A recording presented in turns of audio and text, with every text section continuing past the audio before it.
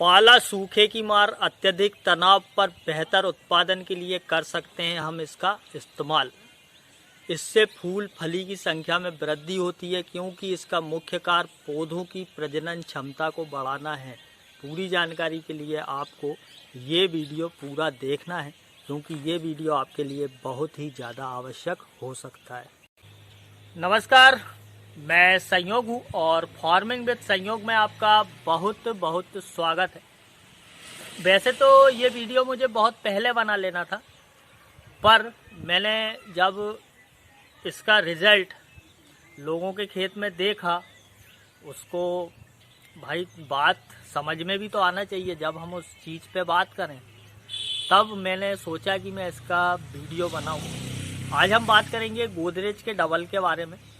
गोदरेज के डबल में होमोब्रेसेनोलाइट 0.4% में है, शायद 0.4% में ही है। होमोब्रेसेनोलाइट जो है वो भयंकर फूल लाता है। ये पौधे के अंदर ही होता है। जैसे कि सरसों के खेत आपने देखे होंगे, बिल्कुल पीले फूल से लदे हुए रहते हैं, शुरू से आखिरी तक पीले ही दिखाई देते हैं, फूल ही फूल में। खेत बहुत जानदार लगते हैं, देखने में मज़ा आता है उनको।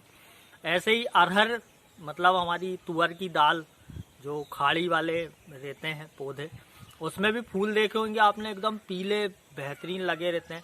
इसी प्रकार से हमारी धनिया, इस प्रकार की जो फसलें हैं, जिन भी फसलों में फूल बहुत ज़्यादा मात्रा में आते हैं, उनमें होमोब्रेसेनोलाइट बहुत ही ज़्यादा मात्रा में पाया जाता है। ये क्या करता है कि ये पौधे में परागण को बढ़ाता है, परागण को बढ़ा देता है, और इससे मतलब फूल बहुत ज़्यादा आते हैं।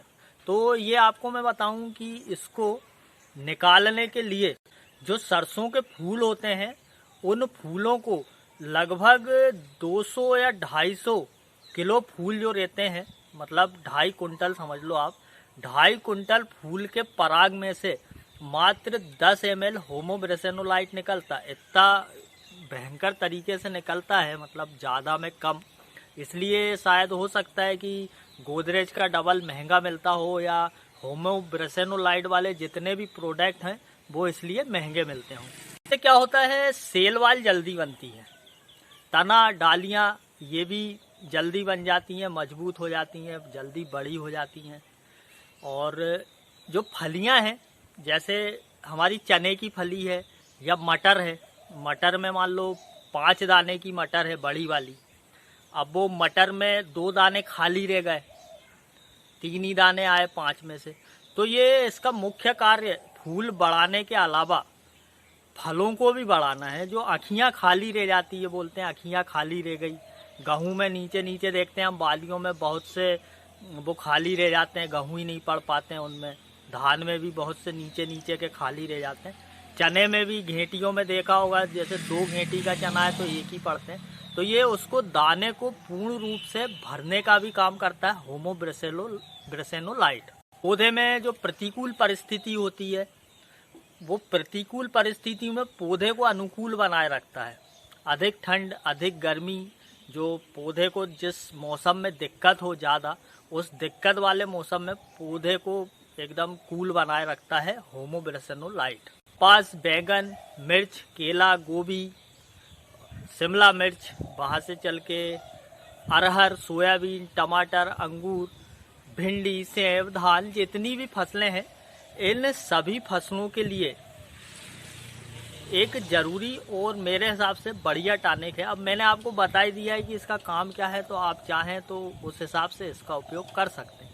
पर एक बात मैं अपनी तरफ से बताना चाहूँगा कि अगर हमारी मिट्टी में दम नहीं है, पौधे या मिट्टी में से ही पोषक तत्व नहीं खींच पा रहे हैं, पौधे कमज़ोर है, पौधे बीमारी वाले हैं, तो उस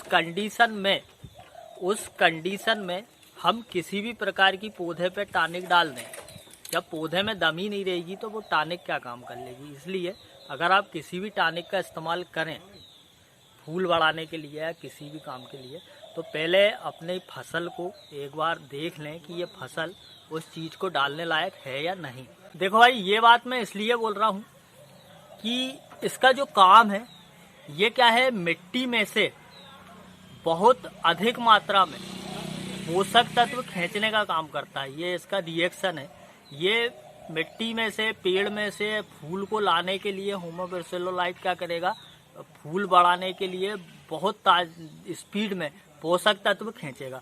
तो इससे क्या होगा, जो नेक्स्ट ईयर की हम जो भी क्रॉप लगाएंगे, फसल लगाएंगे, उस फसल में दिक्कत आएगी, कुछ मात्रा में आएगी। अगर हमारी मिट्टी में पोषक तत्व कम है तो हम अगर इसके इस्तेमाल से फूल नहीं गिरते हैं, फल नहीं गिरते हैं, इनके डंठल मजबूत रहते हैं, इनका आकार भी अच्छा होता है, सब कुछ बढ़िया होता है, वो सब मैंने आपको एक ही बार में बता दिया है। होमोब्रासिलोलाइट का उपयोग हम सभी के साथ कर सकते हैं, कीटनाशक, फफूंदनाशक और जो भी हम इस्तेमाल कर रहे हैं उन सबके साथ चलता है।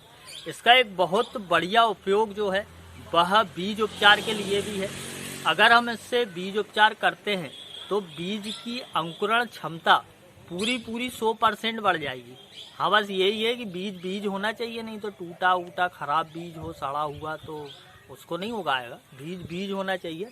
बीज 100% उगेगा होमोब्रासिलोलाइट के इस्तेमाल से। मैं एक बार फिर से बता दूं कि होमोब्रासिलोलाइट जो है उसका इस्तेमाल करना अच्छी बात है। हमारी मिट्टी में पोषक तत्व होना, पौधा मजबूत होना, रोग रहित होना जरूरी है, क्योंकि यह एक स्टेरॉइड है।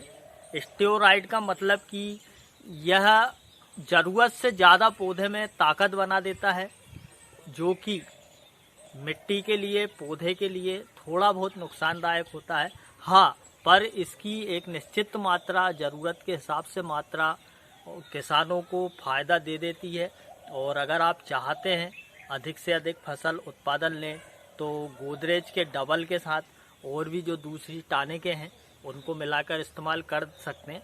नेक्स्ट किसी वीडियो में हम गोदरेज के डबल के साथ क्या मिला सकते हैं, क्या नहीं मिला सकते हैं, इस बारे पे चर्चा करेंगे। और जब भी मैं चर्चा करूंगा तो इसी वीडियो की जो डिस्क्रिप्शन है या ऊपर जो आई बटन रहती है वहाँ पे मैं लगा दूंगा कि गोदरेज के डबल के साथ हम क्या इस्तेमाल कर सकते हैं। और भी जो अन्य टानिकें हैं जिनके बारे में मैंने आपसे बात की है, जिनका रिजल्ट मैंने किसानों के खेत में देखा है, सिर्फ मैं उन्हीं टानिकों के बारे में बात करता हूं। तो उनकी जो लिंक है वो भी मैं डिस्क्रिप्शन में लगा दूंगा, आप वहां से उसे देख सकते हैं। और मैं उम्मीद करूंगा कि ये वीडियो आपको बहुत अच्छी लगी होगी और आप इसे ज़्यादा से ज़्यादा, अधिक से अधिक किसानों तक भेजने का प्रयास करेंगे। और अगर आप नए हों तो प्लीज़ मेरी चैनल को सब्सक्राइब कर लेना, आज्ञा चाहूँगा। जय राम जी की।